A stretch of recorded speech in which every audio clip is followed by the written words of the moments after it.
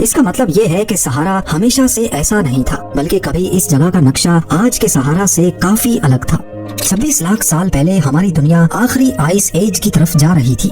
ہر چیز فریز ہونا شروع ہو گئی، زمین اور اوشنز میں کوئی فرق نہیں بچا تھا اور گلیشیئرز بننے کی شروعات ہو چکی تھی۔ جیولوجسٹ کا کہنا ہے کہ یہ ارتھ کی ہسٹری میں 5ویں بڑی آئس ایج کا آغاز تھا۔ ہمارا ارتھ ہر چند کروڑ سالوں کے بعد آئس ایج میں چلا جاتا ہے۔ یہ نارملی ارتھ کے آربٹ میں چینج کی وجہ سے ہوتا ہے جب ارتھ سورج سے زیادہ دور ہو جاتا ہے۔ اس لاسٹ آئس ایج میں جو ایکویٹر کے ایریاز تھے، جس میں افریقہ بھی آتا ہے، یہ فریز تو نہیں لیکن کافی ٹھنڈے ہو چکے تھے، جس کو افریقن ہیومڈ پیریڈز بھی کہتے ہیں۔ جہاں پوری دنیا برف کی موٹی لیئر سے ڈھکی تھی، وہیں سہارا ہرا بھرا اور زندگی سے بھرپور تھا۔ یہاں ہزاروں میل تک میڈوز تھے اور چپے چپے پر ہری گھاس ہوتی تھی۔ بارشوں کی وجہ سے یہاں ریورز بہتی تھی، لیکس تھیں جو اگر آج ہوتی تو دنیا کی سب سے بڑی لیکس کہلاتی۔ یہاں ہر طرح کے جانور تھے جو کسی رین فارسٹ میں ہوتے ہیں۔ ان سب چیزوں کے ساتھ ساتھ اینشنٹ ہیومنز کی بھی بڑی تعداد یہاں مائگریٹ کر کے آئی تھی، کیونکہ باقی دنیا کے مقابلے میں سہارا کی گرینری زندگی کو سپورٹ کرتی تھی۔ یہاں ایگریکلچر کیا جا سکتا تھا، جانور پالے جا سکتے تھے اور موسم بھی رہنے کے قابل تھا، جیسا کہ آج یورپ میں ہوتا ہے۔ قریب 25 لاکھ سالوں تک چلنے والی یہ آئس ایج آج سے 11,000 سال پہلے ختم ہونا شروع ہوئی۔ ارتھ کا ایوریج ٹیمپریچر -60 ڈگری سیلسیس سے آہستہ آہستہ واپس سے بڑھنے لگا۔ برف کی موٹی لیئر میلٹ ہونے لگی اور اوشنز کے اوپر بھی برف کے تودے آہستہ آہستہ پگھلنے لگے۔ اگلے کئی ہزار سالوں تک تو سہارا کی لائف کنڈیشنز برقرار رہیں، لیکن پھر 4000 BC کے آس پاس یعنی 6000 سال پہلے قدرت نے سہارا کی ہریالی کو واپس چھیننے کا ارادہ کر لیا۔ تب سے لے کر ایک بار پھر سے گرین میڈوز سوکھنا شروع ہو گئے اور نیچے موجود ریت دوبارہ سے ہوا کے ساتھ کانٹیکٹ میں آ کر پھیلنا شروع ہو گئی۔ کروڑوں سال پہلے ہرے بھرے افریقہ کی ایک جھلک آج دنیا کی سب سے لمبی نائل ریور میں دیکھی جا سکتی ہے۔ 6695 کلومیٹر لمبی ریور ساؤتھ افریقہ میں یوگانڈا سے شروع ہو کر سہارا کے بیچ سے گزرتی ہوئی ایجپٹ کے پاس میڈیٹرینین سی میں جا کر گرتی ہے۔ جب نارتھ افریقہ ریگستان میں بدل گیا تو یہاں بسنے والے اینشنٹ ایجپشنز کے پاس زندہ رہنے کے لیے صرف نائل ریور کا پانی ہی تھا۔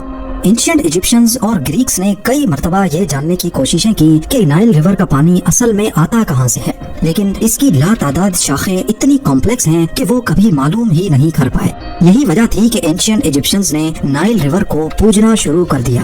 ان کی نظر میں یہ ایک سیکرڈ ریور تھی جس کا سورس کسی کو بھی معلوم نہیں تھا، لیکن ماڈرن دور میں بھی نائل ریور کا اوریجن ڈھونڈنے میں کئی ایکسپیڈیشنز لگے تھے۔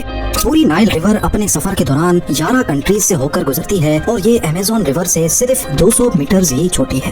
اب کیونکہ افریقن کانٹیننٹ میں ہر آئس ایج کے دوران خوشگوار موسم ہوتا تھا، یعنی یہاں بہت گرمی ہوتی تھی، یہاں پھر نارمل کنڈیشنز ہوتی تھیں، لیکن آرکٹک کنڈیشنز یہاں کسی دور میں نہیں پیدا ہوئی جس میں انسانوں کا رہنا ممکن نہیں ہوتا۔ اسی وجہ سے انسانوں کی بہت پرانی سیولائزیشنز کے ثبوت بھی افریقہ سے ہی ملے ہیں۔ یا پھر یوں کہا جائے کہ انسانوں کی شروعات یہاں سے ہوئی تھی تو یہ بھی غلط نہیں ہوگا۔ نومبر 1974 میں ایتھیوپیا میں ہدر کے مقام سے انسان کا سب سے پرانا اسکیلیٹن مل چکا ہے۔ یہ ڈھانچہ 40% کمپلیٹ ہے، جو کہ حیرت انگیز طور پہ 3.2 ملین ایئرز پرانا ہے، 32 لاکھ سال پرانا۔ کافی ریلیجنز میں بھی انسانیت کی شروعات کا جو ایریا بتایا گیا ہے وہ آج کا افریقہ ہی ہے، اور سائنٹیفک ایویڈنس سے بھی یہ بات ظاہر ہوتی ہے کہ ہیومن اسپیشی سب سے پہلے افریقہ میں ہی پیدا ہوئی تھی۔ سہارا ڈیزرٹ میں اینڈی پلیٹو نامی ایک جگہ ہے جہاں پر ایک سیکرٹ باغیچہ موجود ہے۔ یہ جگہ گرم ریت کے بیچ لوکل کھانا بدوشوں کے لیے کسی جنت سے کم نہیں ہے۔ ہزاروں سالوں سے یہ جگہ سہارا میں سفر کرنے والے قافلوں کے لیے ایک اسٹاپ اوور ہے۔ یہاں جانور خاص طور پر اونٹ پانی پیتے ہیں اور انسانوں کے ریسٹ کرنے کے لیے ٹھنڈی غاریں بھی موجود ہیں۔ ان غاروں میں اینشنٹ افریقہ کے اس دور کی کچھ یادیں آج بھی چھپی ہیں جب سہارا ہرا بھرا ہوتا تھا۔ کیوز کے اندر جگہ جگہ پر راک آرٹس دیکھنے کو ملتے ہیں جس میں کیٹل یعنی گائے سب سے زیادہ دیکھی جا سکتی ہیں۔ یہ جانور اکثر انہی جگہوں پر پایا جاتا ہے جہاں ان کے کھانے کے لیے گھاس پھوس موجود ہو۔ آج یہاں کیملز کے علاوہ کسی اور جانور کا چلنا پھرنا ممکن نہیں ہے۔ 1940s تک یہاں افریقن لائنز ہوتے تھے، لیکن اب وہ بھی ختم ہو گئے۔ اس چھپے ہوئے باغیچے میں کچھ کروکوڈائلز پانی کے کنارے رہتے ہیں، پر سوال یہ ہے کہ کروکوڈائلز تو اتنا بڑا سفر نہیں کر سکتے، تو پھر سہارا کے بیچوں بیچ یہ آئے کہاں سے؟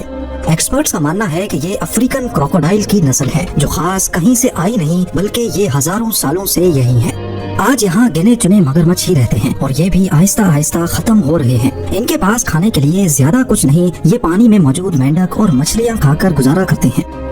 اینشینٹ ایجپشن کنگ ٹوٹن خامون کے نیکلس کے انوکھے اور مسٹیریس پتھر کا راز بھی صحارا میں ہی چھپا ہے۔ اس پتھر نے ریسرچرز کو کئی سالوں تک پہیلیوں میں الجھائے رکھا۔ یہ ایک نیچرل گلاس اسٹون ہے جو پوری دنیا میں کہیں بھی نہیں پایا جاتا۔ ایک وقت تک ایسا مانا جاتا تھا کہ یہ ہمارے پلانٹ کا حصہ ہی نہیں ہے بلکہ کسی اور دنیا سے آیا ہے، لیکن پھر آخرکار اس کا اوریجن بھی صحارا کے بیچ سے ہی ملا۔ لیبیا میں موجود صحارا کے حصے میں ایسے بہت سے پتھر ریت کے بیچ بکھرے ہوئے پائے گئے۔ ایکسپرٹس کا خیال ہے کہ 3 کروڑ سال پہلے ایسٹرائڈ امپیکٹ نے یہاں کے سینڈ اسٹون کے پتھروں کو پگھلا دیا تھا۔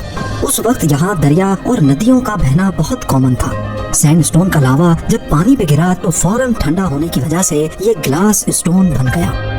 صحارا کی ان لمیٹڈ ریت دیکھنے میں تو بالکل بیکار لگتی ہے، نہ ہی یہ ریت کنسٹرکشن میں کنکریٹ مکسچر بنانے کے کام آ سکتی ہے اور نہ ہی اس کا کوئی اور پروڈکٹیو یوز ہے، لیکن اصل میں یہ صحارا کی ریت ہی ہے جو 4000 کلومیٹر دور امیزون رین فارسٹ کے اندر سانس بھرتی ہے۔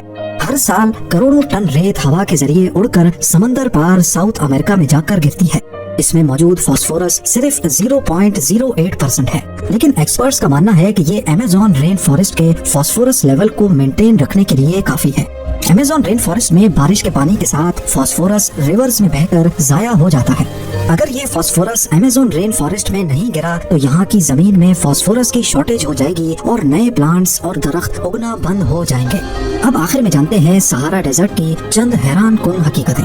عموماً صحارا ڈیزرٹ کو دنیا کا سب سے بڑا ڈیزرٹ بتایا جاتا ہے، لیکن حقیقت میں یہ دنیا کا تیسرا بڑا ڈیزرٹ ہے۔ پہلے 2 انٹارکٹیکا اور آرکٹک ڈیزرٹس ہیں۔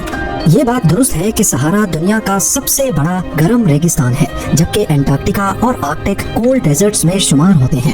صحارا کا total area 90 lakh square kilometres ہے، لیکن ہر سیزن میں اس کا ایریا بدلتا رہتا ہے کیونکہ ریت ہر موسم میں یا تو پھیل جاتی ہے یا کمپیکٹ ہو جاتی ہے۔ پورے صحارا میں ریت صرف 25% ایریا پر پھیلی ہے، باقی ایریاز پر پتھریلے پہاڑ موجود ہیں۔ یہاں سینڈ ڈیونز کی ہائٹ 180 میٹر تک جاتی ہے اور صحارا کا سب سے اونچا پوائنٹ ماؤنٹ کوسی ہے جو 3415 میٹرز اونچا ہے۔ یہ بے شک ہی دنیا کا گرم ترین ریگستان ہے، لیکن کئی مقامات پر یہاں برف باری بھی ہوتی ہے اور ٹیمپریچر -6 ڈگری سیلسیس تک گر جاتا ہے۔